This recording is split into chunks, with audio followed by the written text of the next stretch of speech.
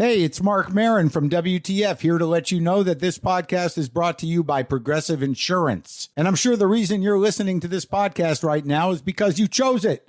Well, choose Progressive's Name Your Price tool, and you could find insurance options that fit your budget, so you can pick the best one for your situation. Who doesn't like choice? Try it at Progressive.com. And now, some legal info. Progressive Casualty Insurance Company and Affiliates. Price and coverage match limited by state law. Not available in all states. Ryan Reynolds here from Mint Mobile. With the price of just about everything going up during inflation, we thought we'd bring our prices down. So to help us, we brought in a reverse auctioneer, which is apparently a thing. Mint Mobile Unlimited Premium Wireless. How to get 30, 30, bit to get 30, bit to get 20, 20, 20, bit to get 20, 20, bit to get 15, 15, 15, 15, just $15 a month? Sold! Give it a try at mintmobile.com/switch. $45 upfront payment equivalent to $15 per month. New customers on first 3-month plan only. Taxes and fees extra. Speed slower above 40 gigabytes. See detail. A Close Encounter. I'm Jason Horton. I'm Rebecca Lieb. And this is Ghost Town.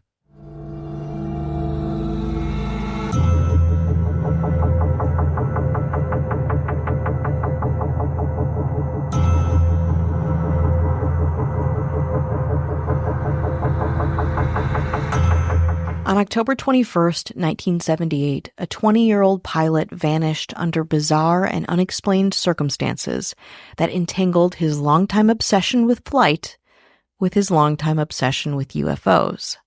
With an ominous radio correspondence experts have been poring over for nearly 50 years, on this episode, we'll be discussing a Twilight Zone-like disappearance, one with many outlandish explanations, ins and outs, and nuanced clues. Today on Ghost Town, the mysterious disappearance of Frederich Valentich. Born June, Frederich Valentich was a young Australian man obsessed with flight. He had about 150 total hours flying time, a membership in the Air Training Corps, and a Class 4 instrument rating. But Valentich still had a bit to learn. He had been rejected twice from enlisting in the Royal Australian Air Force. But because of inadequate educational qualifications, he was rejected. In 1978, the 20-year-old was studying part-time to become a commercial pilot, but had a poor achievement record, having twice failed all 5 commercial license examination subjects.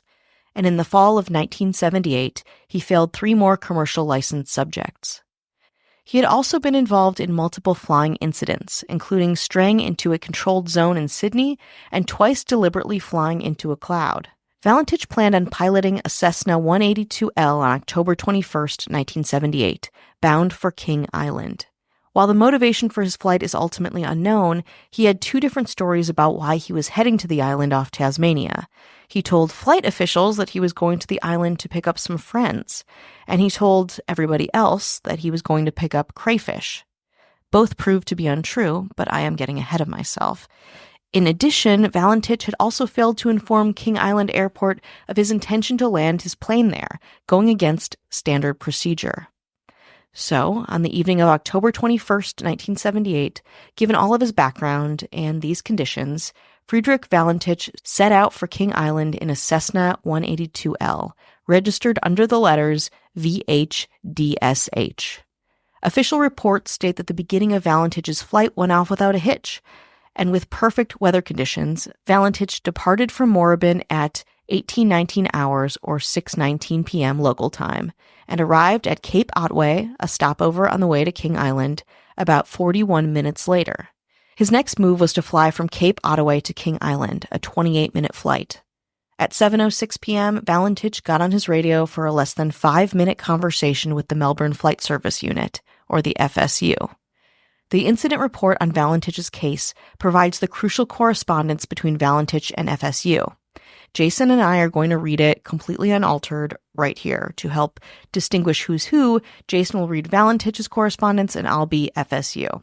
As a note, Delta Sierra Juliet are the words describing Valentich's aircraft. Melbourne, this is Delta Sierra Juliet. Is there any known traffic below 5,000? Delta Sierra Juliet, no known traffic. Delta Sierra Juliet. IM seems to be a large aircraft below 5,000. DD Delta Sierra Juliet, what type of aircraft is it? Delta Sierra Juliet, I cannot affirm. It is for bright. It seems to be like landing lights. Delta Sierra Juliet? Melbourne, this is Delta Sierra Juliet. The aircraft has just passed over me at least 1,000 feet above. Delta Sierra Juliet, roger, and it is a large aircraft, confirm. Unknown due to the speed it's traveling. Is there any Air Force aircraft in the vicinity? Delta Sierra Juliet, no known aircraft in the vicinity. Melbourne, it's approaching now from due east towards me. Delta Sierra Juliet, then the open microphone, it just goes kind of static for 2 seconds. Delta Sierra Juliet, it seems to me that he's playing some sort of game. He's flying over me 3 times at a time at speeds I could not identify. Delta Sierra Juliet, roger, what is your actual level? My level is 4,500, 4500. Delta Sierra Juliet, and confirm you cannot identify the aircraft. Affirmative. Delta Sierra Juliet, roger, stand by. Melbourne, Delta Sierra Juliet, it is not an aircraft, it is... And then it's an open microphone static for 2 seconds. Delta Sierra Juliet, Melbourne, can you describe the aircraft? Delta Sierra Juliet, it is flying past. It is a long shape. Then there's 3 seconds of static. Cannot identify more than that it has such speed. Then another 3 seconds of static. Before me right now, Melbourne. Delta Sierra Juliet, roger, and how large would the object be? Delta Sierra Juliet, Melbourne, it seems like it's stationary. What I'm doing right now is orbiting, and the thing is just orbiting on top of me. Also, it's got a green light and sort of metallic-like. It's shiny on the outside. Delta Sierra Juliet? Delta Sierra Juliet. Then there's a big pause. It just vanished. Delta Sierra Juliet. Melbourne, would you know what kind of aircraft I've got? It is a type of military aircraft. Delta Sierra Juliet, confirm the aircraft just vanished. Say again. Delta Sierra Juliet, Delta Sierra Juliet, is the aircraft still with you? Delta Sierra Juliet. There's a 2-second pause. Now approaching from the southwest. Delta Sierra Juliet. Delta Sierra Juliet, the engine is rough idling. I've got it set at 23, 24, and the thing is... And then there's some coughing. Delta Sierra Juliet, roger, what are your intentions? My intentions are to go to King Island, Melbourne. That strange aircraft is hovering on top of me. Then there's 2 seconds of open microphone. It is hovering, and it is not an aircraft. Delta Sierra Juliet. Delta Sierra Juliet, Melbourne. Then there's 17 seconds of static, open microphone. Delta Sierra Juliet, Melbourne. After this radio communication, there is no record of any further transmissions from Frederich, Valentich, or his aircraft. With Valentich not responding to communication and the plane having not reached King Island at all, rescue efforts almost immediately occurred, which according to a story on the case published by AP included, quote, 8 planes and an Australian Air Force maritime reconnaissance plane. The investigative report on the case says, quote, the alert phase of SAR procedures was declared at 1912 hours, and at 1933 hours, when the aircraft did not arrive at King Island, the distress phase was declared and search action was commenced. An intensive air, sea, and land search was continued until October 25th, 1978, but no trace of the aircraft was found. The reason for the disappearance of the aircraft has not yet been determined. The radio transcript itself, the one we just read for you, was released and printed in newspapers within the days of Valentich's disappearance, which was, at this point, quote, presumed fatal. Case closed, right? Not at all. We'll get even more bizarre details after this break. Hey, it's Mark Marin from WTF here to let you know that this podcast is brought to you by Progressive Insurance. And I'm sure the reason you're listening to this podcast right now is because you chose it. Well, choose Progressive's Name Your Price tool, and you could find insurance options that fit your budget, so you can pick the best one for your situation. Who doesn't like choice? Try it at Progressive.com. And now, some legal info. Progressive Casualty Insurance Company and Affiliates. Price and coverage match limited by state law. Not available in all states.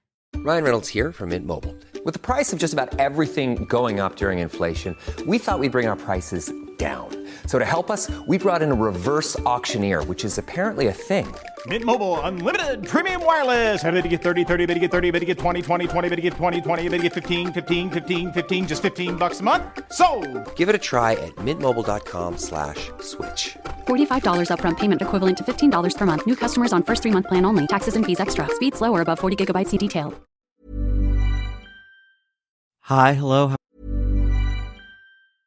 This episode is brought to you by Progressive Insurance. Fiscally responsible, financial geniuses, monetary magicians. These are things people say about drivers who switch their car insurance to Progressive and save hundreds. Visit Progressive.com to see if you could save. Progressive Casualty Insurance Company and Affiliates. Potential savings will vary. Not available in all states or situations. Ryan Reynolds here for, I guess, my 100th Mint commercial. No, don't. I mean, honestly, when I started this, I thought I only have to do like 4 of these. I mean, it's unlimited premium wireless for $15 a month. How are there still people paying 2 or 3 times that much? I'm sorry, I shouldn't be victim blaming here. Give it a try at mintmobile.com/switch. Whenever you're ready. $45 upfront payment equivalent to $15 per month. New customers on first 3-month plan only. Taxes and fees extra. Speed slower above 40 gigabytes. See details. How are you? Hello. How are you doing? You doing good? Yeah. You doing Sounds good? it. Rounding out this year. Yeah, rounding it out. Here we are. Just sliding into home, baby. Woo! And then Then back on to hopefully first home base plate. again. Yeah. Oh, we just said home. I know baseball. Yeah. We're not a sports podcast, by the way. I don't know what kind of podcast we are usually. Yeah, at this point, I'm not sure, but Yeah. not that. Not that. We want to say hello to anyone who's listening, supporting us, spreading the good word of Ghost Town. Thank you so much. Thank you. And our mysterious mayors. Ooh. They've seen some things that Oh, have they? can't quite identify. Hmm. This mayor saw some mysterious entity, turned out to be an ex. Oh. Yeah. Ooh. Super mysterious. Oof. And of course, it's in the supermarket Gives me chills. where you're like, I'm just going to go to the supermarket. I'm just going to wear. I look like shit. Yeah, I don't care. Mhm. I got what's in my basket. Freaking M&Ms. Who cares? I know. I don't even care. I'm wearing slippers. Yeah, whatever. In and out. There's the There eggs. they are. Yep. It's Looking like, wait, great. yes. Anyway, that's Chris Hernandez. Hello. This was in the form of, why isn't there more money in my bank account? I relate. Yeah. Where'd that money go? There was money there. Now it's the end of the month. No money there. Huh. What happened to that money? Not going to look at my DoorDash receipts for that No, for sure. Never. Don't No do that. Don't do that. Way. That's Nope. Ashley Matson. Hello. This mayor had a mystery. Hmm. Started up their car and we're like, hey, why is there no gas in the gas tank? Even though I said yesterday, I was like, I should do this before I leave in the morning because the morning is more hectic and there's more traffic. And I was like, nah, I'll just do it tomorrow. Mm-hmm. And then you get in your car and you're like, chickens come home to roost, baby. Now you got to get gas, which is the worst. Yeah, that is bad. That's very annoying. Profoundly annoying. It's like, do yourself a favor today for tomorrow and get that gas. Cat Joselle. Hello. This mayor had a mystery. Opened up the refrigerator and said, no food in there. What? I know I just went shopping. Oh, that was 3 weeks ago. I went 3 weeks ago. I went shopping 3 weeks ago and I was telling myself, I was like, I'm going to eat all these vegetables. I'm going to eat all this fruit. Didn't happen. Never happened. You ate some fucking Oreos and some Diet Cokes and the rest of it rotted in your fridge. I know. Matthew I know. Clemens Luray. Hello. This mayor was like, hey, but I was on some text chain and now I'm not on it anymore. What the heck happened? Everyone was talking about what we're going to do for Christmas vacation when I'm back home. And then all of a sudden, I was off it. I don't know what the deal is. Did I take myself off it? Or did somebody else take me off it? I didn't want to be on that chain anyway. It was annoying. But I want to be the one to get taken off it. Yeah. It's Marissa Rothermel. Hello. This mayor was like, what happened to that Bitcoin I bought? Oh, that crypto I bought. How do I get back into it? What's a cold wallet? Why did I buy crypto and there's money in there and I need that money, but I have no way to access it. There's like so many codes and then you have to, I need that money. I need to buy Christmas presents. It's Kelly Mann. Hello. I think we've got one more to do. This mayor has an opposite problem of one of the other mayors. Where's my partner? We're at the mall. I said don't walk away. I said we're going to be in and out. Why are you at the shoe store? You don't need any shoes. Why am I finding you in a freaking shoe store? He's like, I don't know. Maybe I was thinking about getting a new pair of shoes. He's like, you don't even wear the other shoes you have. You just wear your New Balance. You're just always wearing your New Balance. Well, this may or might be surprised to find out it's Casey Weber. Hello. I got a whole world. Yeah, truly. This is the episode. And then our governor. There is no mysteries. All those puzzles and those numerologies, they all connect.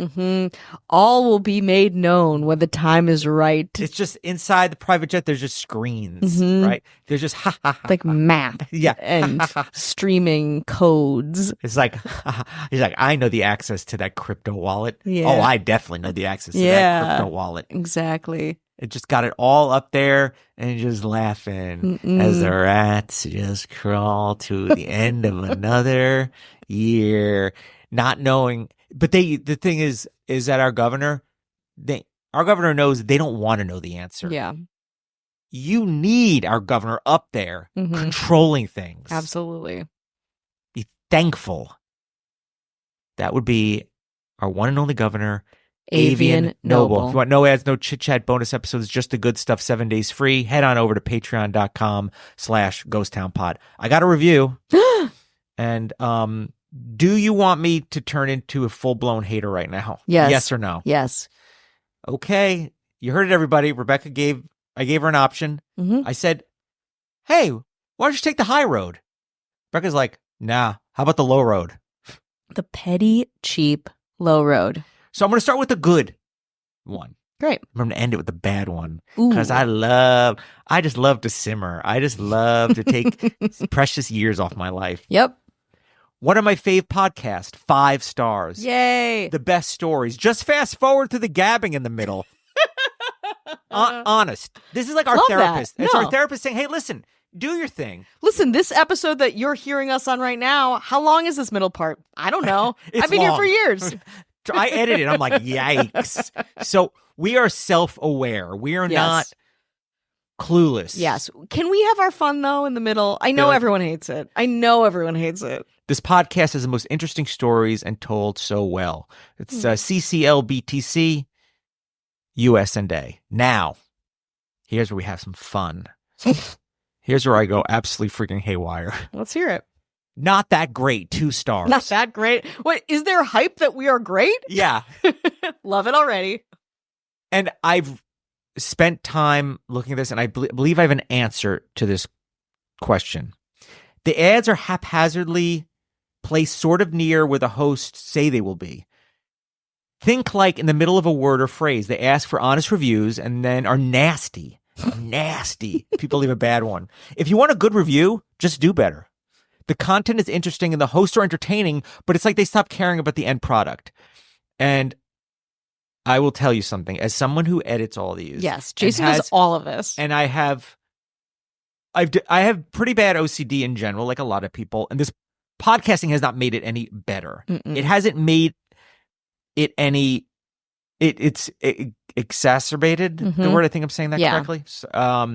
So I'll tell you, I place an ad marker exactly in it's the beginning and end. That's there by default. So I have nothing to do with that. I place an ad marker when Rebecca or I say, and now it's time for a break. I'm letting you know. I place it there.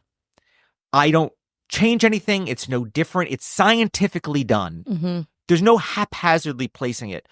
All I can think of is that there's error within technology. The other thing is, and I don't know how, if this person is saying that this happened before, say, like 3 months ago, I don't know what to tell you. But we did switch over from 2 different uploading platforms. Yeah. And there's a migration process. Within that migration process, that may have happened. That may have altered things. It's supposed to not be. Yeah. And that's what I was told. There's like 600 and something episodes Yeah. there. I'm not going through 600 episodes to see where they are. It's not happening. So if that is the case, that may be the case. And yes, you're right. The listener, that's not the listener's problem. No. And that's honestly, that sucks. That's annoying. Yes, and it would is that annoy me. technically on us? But I will tell you that there's not enough time, and we don't make enough. We don't make any money on no, this. this is a labor of love. Yeah. So for the labor of love, unfortunately, that's what you get. So that's not the fault of the reviewer, but also I'm letting people know now if that's the answer, that is the answer. It's a technological issue from a almost 6-year-old podcast. Don't know what to tell you. Yeah. Live with it. But I will say it is not because of doing all this work and then at the last minute going, I'm just going to press a button here. It's harder to do that than to have some kind of order. It's more work for me just to put it anywhere than it is to put it in like a designated spot. Yeah. So that's the answer to that. So if you are hearing that out there, please let us know, and I'll see about having this people that work on the platform itself see if they can kind of realign things. This is the first time hearing about it, and that's what I can surmise. I don't know. But I will let you know that there is no point where we stopped caring. At that point, you can accuse us in other places. Yeah, absolutely. Listen, this has been quite a journey for us. We care deeply about the podcast. We put in a ton of work to make it the shitty product that it is, I guess.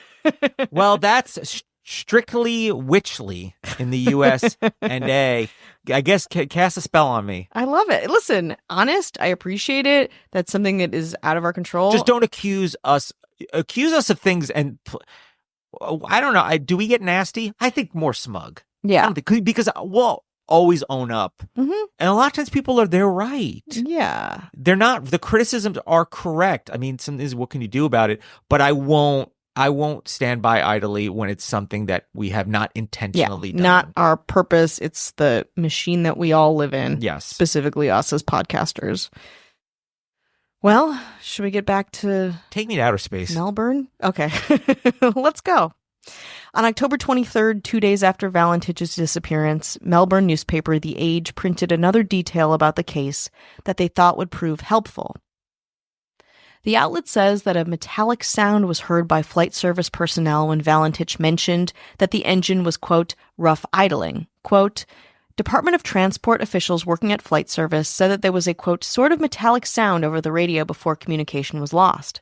A spokesman said last night it was possible Valentich was flying the plane upside down and crashed. He may have become disoriented and confused by reflection from the Cape Otway and King Island lighthouses, the spokesman continued. The lighthouses may have reflected off of particles of the cloud. Veteran aviators didn't believe that Valentich was flying upside down at all. Arthur Schutt, at the time the head of an aviation company, commented, in that half-light, the pilot would have soon known if the aircraft had started to turn upside down. The carpet comes out of the floor and the butts fall out of the ashtray. But after the details were out and no progress was being made, newspapers turned to another detail that they believed would be of interest to the public, that Valentich was a huge UFO enthusiast, as was his father, Guido Valentich. On October 24th, 1978, the Associated Press published the headline, quote, UFO enthusiast missing after reporting craft. Additionally, Valentich's dad said he hoped his son had been taken by a UFO and had actually not crashed. Quote, the fact that they have found no trace of him really verifies the fact that UFOs could have been there, he said. Mr. Valentich said his son used to study UFOs, quote, as a hobby using information he had received from the Air Force. Quote, he was not the kind of person who would make up stories. Everything had to be very correct and positive for him. Guido kept speaking out on behalf of his son and of UFO activity in general. Around October 25th, Guido said he believed his son was being, quote, held by people from another planet. He also used the words, quote, someone from another world, and added, they may want to hold him for a week or so before returning him. Sounds a little crazy, right? Well, as it turns out, the day Valentich vanished, eyewitnesses called the Department of Transport mentioning seeing an object in the sky. More information about purported eyewitness came from the Herald Wire services on October 25th. Bank manager Colin Morgan and his wife reported seeing a large glowing star-shaped object hovering in the sky for nearly 1 hour Saturday night near the town of Geelong, 35 miles southwest of Melbourne. Quote, it seemed to be cruising almost above us as we drove down the highway, Morgan said. It was bright and had green flickering lights at one end. Residents of King Island have reported sightings of strange bright and trailing lights over the past 6 weeks. Enter Rhonda Rushton, the 17-year-old girlfriend of Frederich Valentich. On October 31st, Rushton and some of Valentich's friends chartered a flight for 2 hours to search for the pilot, believing vehemently that he was still alive. The 17-year-old girl still firmly believes Valentich crashed near Cape Otway, Apollo Bay, about 100 miles from Melbourne, after turning back when he reported engine trouble at about 13.8 miles from land. Quote, "He always told me that's what he'd do if he got into trouble over the sea," she said.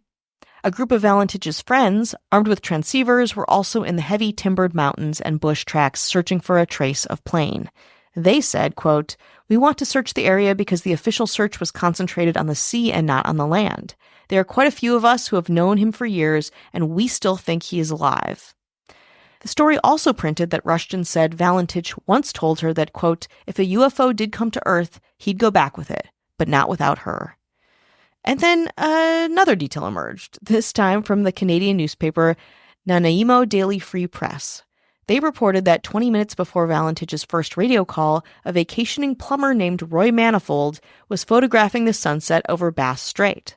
When he examined the 6 photos he took, the 4th and 6th one each showed something a bit out of the ordinary. Quote, "On the 4th picture, a dense black lump was noticed which seemed to be stirring up in the sea, giving the impression of an object rising from above the water. The 6th photograph shows a strange mass situated in the skies directly above the position of the lump in disturbance seen in photo number 4. The mass or object is accompanied by a trail of small, bright blue shapes, and the impression given is one of tremendous speed, or an exhaust being trailed from the main subject.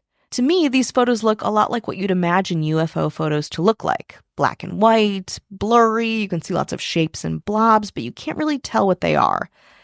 All of it begs the question, what happened to Frederich Valentich? Was it a crash, an alien abduction, a conspiracy theory, a hoax?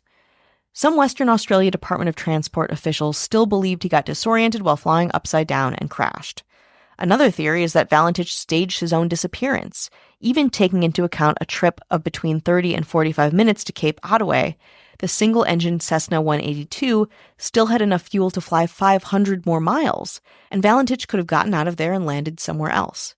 In fact, Melbourne police received reports of a light aircraft making a mysterious landing not far from Cape Otway at the same time as Valentich's disappearance. There has also been speculation that Valentich died by suicide, faced with the idea that he wasn't doing better in school or generally as a pilot. According to Brian Dunning, Valentich might have also just been trolling the Melbourne air controller, and because he was a very bad pilot, accidentally got disoriented and crashed into the water. Dunning hypothesizes this because radio conversation between the controller and Valentich is similar to dialogue from the movie Close Encounters of the Third Kind, which was released less than a year before the disappearance, and was, of course, popular among pilots, young people, and UFO fans. Dunning speculated that it is possible that Valentich was trying to imitate the scene for fun and deliberately made his aircraft fly in circles to, quote, give the radar guys something to see. Of course, if true, the whole thing spiraled out of control, literally. A 2013 review of the radio transcripts and other data by astronomer and retired U.S. Air Force pilot James McGaha and author Joe Nickell proposes that the inexperienced Valentich was deceived by the illusion of a tilted horizon, which many pilots are subjected to, and basically what it does is create a fake horizon that the pilots unfortunately believe is real and keep flying towards. It is an optical illusion. This puts the aircraft into what's known as a graveyard spiral, dangerous spiral dive that many untrained pilots also fall prey to. According to the authors, the G-forces of a tightening spiral would decrease fuel flow, resulting in the rough idling reported by Valentich. McGaha and Nickell go on to say that the lights Valentich reported were probably the planets Venus, Mars, and Mercury, along with the bright star Antares, which would have behaved in a way consistent with Valentich's description. They write, quote, at a most critical time, therefore, when he should have been in fully alert mode, paying attention to his instruments, he was instead engaged in something that was extremely distracting, flying while excitedly focusing on and talking about a UFO. This, as we can now see, was a recipe for disaster. With Valentich succumbing to spatial disorientation, his plane, like that of young John F. Kennedy Jr. over 2 decades later, began what is aptly termed a graveyard spiral. Whatever you believe, the disappearance of Frederich Valentich has never been formally solved, not by experts, family, UFO enthusiasts, or military personnel. And yet, believers still look to the sky off the coast of Melbourne, hoping to spot a plane, a clue, or the cryptic lights that Frederich Valentich saw so many years ago.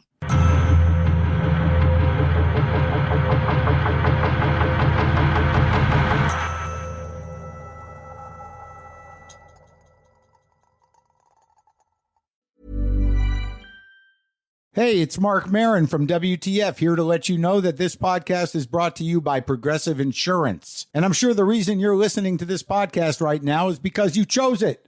Well, choose Progressive's Name Your Price tool, and you could find insurance options that fit your budget, so you can pick the best one for your situation. Who doesn't like choice? Try it at Progressive.com. And now, some legal info. Progressive Casualty Insurance Company and Affiliates. Price and coverage match limited by state law. Not available in all states. In DC, it's not always easy to save. But with Unlimited Welcome from Verizon, saving on your phone bill's never been easier, even if you're on a single line. For a limited time, single lines start at just $50 a month when you bring your own phone, with AutoPay plus taxes and fees. That's a savings of $15 a month. And when you switch now, you can save on the things you love, like Netflix and Max, all on the most awarded 5G network. Now that's savings all of DC can agree on. There's never been a better time to switch to the network America relies on. But this offer won't last long. Visit your local Verizon store to switch and save big today. $180 BYOD promo credit and $360 local promo credit applied over 36 months. For new customers with one new line with your own 4G or 5G phone on Unlimited Welcome Plan required. Additional terms apply. Auto-pay and paper-free billing required. In times of congestion, unlimited 5G and 4G LTE may be temporarily slower than other traffic. Domestic data roaming at 2G speeds. $10 a month for each MyPlan perk. Additional terms and conditions apply per perk.